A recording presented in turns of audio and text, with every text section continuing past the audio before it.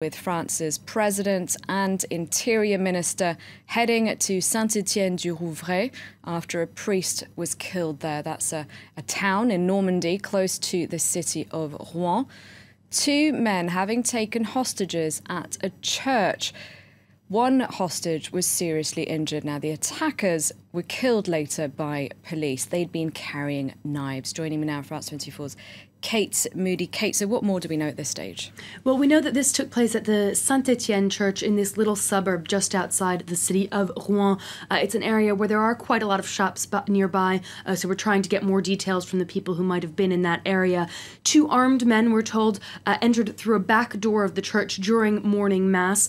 We understand they were holding knives. We're not sure if they may have had other weapons on them as well. They walked in. They managed to take the priest, two nuns, and at least two churchgoers hostage. Now, there are reports that someone managed to escape the situation and actually raised the alarm, because we do know that police did arrive quite quickly on the scene.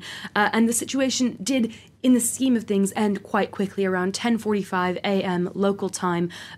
This police operation, which resulted in both hostage takers being killed.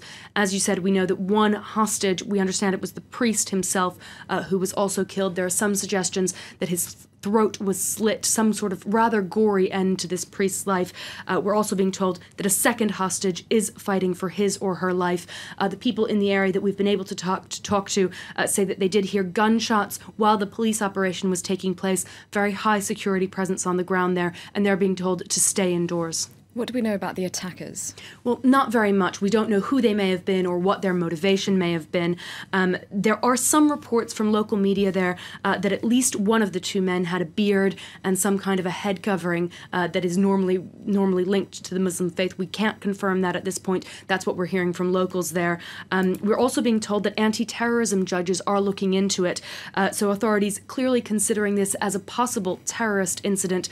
We still don't know on what scale, whom they may have been, why they may have done this, but that's a little bit of the context that we understand for now. Authorities are investigating this as a terrorist incident. And this, of course, comes after the state of emergency was extended by 6 months following the Bastille attack in Nice. Exactly, a very high state of alert across France and in neighbouring Germany. Of course, we've been reporting on attacks there. So a state of concern and certainly high security across the two countries. Here in France, we've been hearing calls from the government for more reservists, for more French civilians to join this reserve corps of people who can be called up to try and help security forces.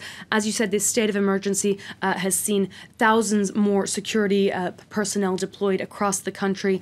Since the Charlie Hebdo attacks last January, so about 18 months ago, we've had a security plan in place, a high alert that means that armed police or military personnel are standing outside of a lot of places of interest, is what they call them, schools, religious sites of religious worship. So I think that there will certainly be questions coming in about whether that was actually effective. If this attack took place in a church, perhaps the people that they have on the ground there aren't perhaps doing their job. This is also a shift, of course, to a smaller city. You know, we've seen a lot of attacks in Paris, even Nice, quite a high-profile target. This is a much smaller city in northern France, a small target, this church.